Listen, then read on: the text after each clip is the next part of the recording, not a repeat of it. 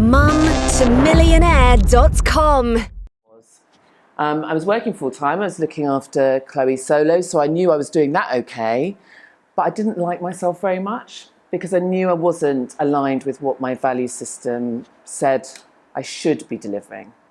So, at the time I was actually, it was a strange time to start a business because financially I wasn't in a particularly great position to do that, but I knew I couldn't carry on as I was. And so I thought, sod it. What's the worst that can happen? You know, okay, I could be declared bankrupt. I could have to start again, but I knew I could deal with that. After other stuff I'd dealt with in my life, I thought that's all I have to deal with compared to what other people have to deal with. That's okay. So my brother and I was fortunate because I had a business partner, and I would urge you to create partnerships, even if, for example, it's healthcare and wellness, and you don't have to go into partnership legally, but to team up, because together you can achieve so much more than trying to do it on your own. So I was lucky. My brother and I went into business. 4 years later, we are 16 people. We turned over 4.5 million last year. I employ an all-female team because I bloody love women. I think we're pretty incredible. And I've been married and I've got 2 stepsons, and life's okay, life's good. But these last 4 years have been the most testing of my life, no two ways about it. I have had to build this whole tool set to handle my own pressure that I placed on myself, my inner critic going, you can't do this, you can't do this, and also that imposter syndrome. And the sad thing was, at the beginning, any bit of success we had, I just didn't really feel I could celebrate it because I was so worried about it all going wrong. And we've had ups, downs. We've had moments when we're like, okay, how are we going to pay everybody at the end of the month? God, but trust in the universe and trust in yourself, and things always do work out the way that they are supposed to. So what I really wanted to do today was to share with you the lessons I have learned, of which there have been lots, because I have made so many mistakes. And I think the biggest one that I've really learned is that legacy is important. And it's actually, when you have legacy at the heart of what you're doing, you will never lose faith in your journey. And so for me, legacy is all about developing the women that are in my business to be the best versions of themselves, but also to create a business for whom everyone we touch, we leave better than we found them. Whether that's through advice, through connection, or whether it's through the charities that we support. As long as by the time I retire, I've left a legacy, I'm happy. So let's have a look at the lessons I have learned. This is a big one. You can't want change and then get frustrated when it doesn't come. You have to decide to change it yourself. And I think that's the hardest thing of all, in terms of lessons, isn't it? Is that you realise, oh crap, I get to decide how happy I am. I get to decide what's going on in my life. No one else, and I can't actually change anyone else. That's the second hardest lesson, I think. For all of you, How to Be a Badass by Jen Sincero is a game changer. Read it or listen to it on Audible. It is somebody that will help awaken you to your power as a woman and as a business person. It's an amazing book. And waiting for things to happen gives you the sense that you're doing something. But actually, it's often an excuse not to do anything. So stop waiting. Don't wait any longer for what you truly want. Because the really hard thing is deciding what you truly want means you have to take some action. Write a letter to yourself and say, if in my case it was, Dear Lucy, you are. So I didn't write you want to be. I didn't write I would like to have. I wrote everything I was going to be. So, Dear Lucy, you are successful, independent, you are courageous, everything, like a life's manifesto. It's really powerful. I read mine nearly every single day. Do I read it every day? No. Some days I wake up in the morning and I just can't be bothered, but I do try. But I read it at least 3 or 4 times a week because it keeps me completely in touch with what I'm doing and why I'm doing it. Now, we as women are often brilliant at our ideas. We often have loads of ideas. We're not always very good at the detail behind them. Planning how much it's going to cost, what it's going to cost, when you can do things, our financial forecasts. Hands up if you've got an amazing financial forecast all set out in a spreadsheet for next year. Yeah.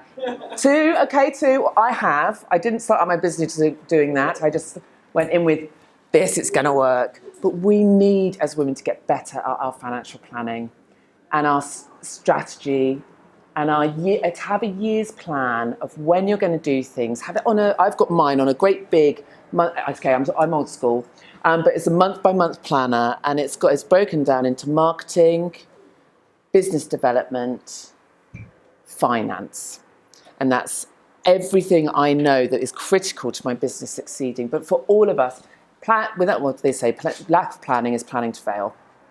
So visualize what you want and why you're doing it, because it is really hard starting a business. It's really hard.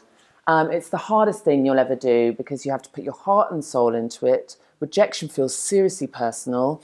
Any failures, if you want to call them that, feel seriously personal.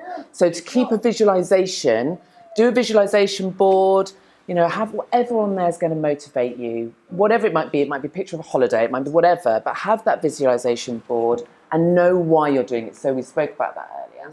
You cannot run a business effectively without taking care of your needs. And for the first 2 years that I set up C&C, I didn't do that.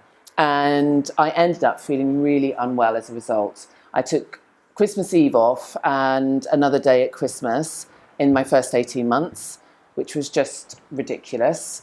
And to start with, I thought it was a badge of honour. So my first year, and in fact, actually, with my interview with Veena, I talked about being a steam train, nothing stopping me, endless energy. And of course, what happened at the end of those 2 years is, oh God, I'm human. Yeah. Started getting ill.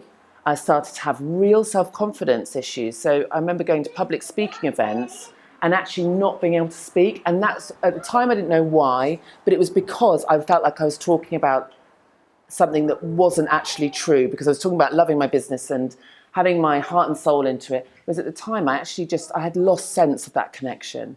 And I think running a business is a bit like being reborn. You become childlike again because you haven't got a clue what you're doing.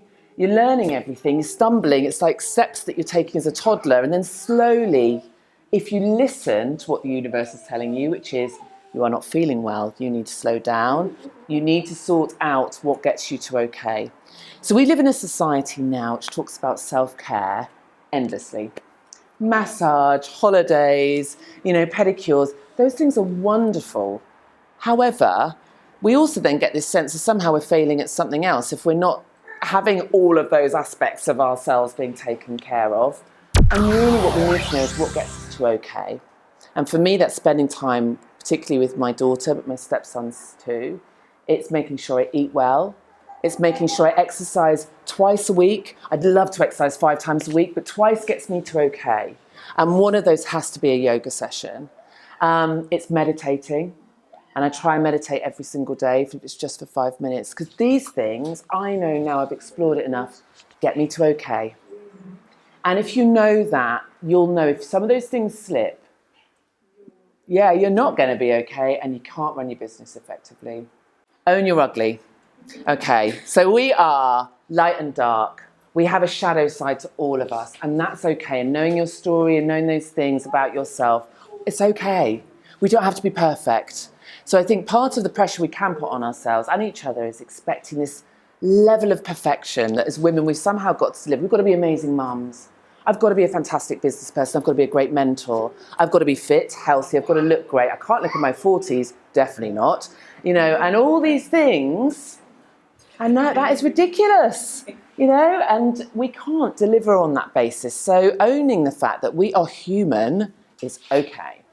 Why do we find it so difficult as women to say that we want to earn money? I don't know. We can say we want nice things or we're striving towards something, but we find it difficult to fall in love with money. Now, I'm not talking about greed, okay? Because actually money gives choices. It gives us the ability to give back. It gives us the ability to create positive impact. But I am talking about learning to say, I like earning money. Because you will make better business decisions on that basis. You may not spend 2 days helping somebody out that needs you because your business needs you more. But if you fall in love with money in a good way, it will make a big difference. So do not be ashamed to ask for what you are worth. So something else I learnt, particularly in the beginning of my business, was that some of my friendships definitely had a sacrifice. I didn't have as much time, I couldn't be as social as I was. But I also realised is that we are the sum total of the 5 people we spend the most time with. You need to pick your friends carefully, or certainly those that you want to spend the most time with, because they will impact on your level of success. You need to have different people to go for different things. What do they say? Don't look for love in cold places. You know, you've got that person you keep going back to, expecting something from them, and they disappoint you. Stop going there. Don't be disappointed. Make a different choice. And you need to know that you have a friend to go to for financial advice, somebody for relationship advice, somebody to help you with your personal PR and marketing, somebody will tell you the brutal truth, you know. And if you don't have those pillars in place, start finding them, manage your peer group so that you know you have those people, and you'll be that person for them too. Ultimately, success is about keeping going, about knowing what you're here to do, knowing that there is a plan, making sure you put all of those pieces of the jigsaw into place and reach out to people that you know can do better than you, or know better, or are more expert. Hustling is important, and hustling is asking for what we need. I was unashamed at the beginning. So one lesson I didn't need to learn was asking for what I needed. Ask, and you shall receive, you know. Because if we don't ask, we're not very good at it, it won't come. So ask each other for what you need, and it will all circle back. Everything will circle back. I reached out to Veena, and I said to her, we've got no idea what we're doing on social media, help. She came and helped, and then I'm here today. Everything circles back. With what you ask for, you make sure that you give back. And that's it from me. Wow. Thank you very much. That was literally amazing. It's all time.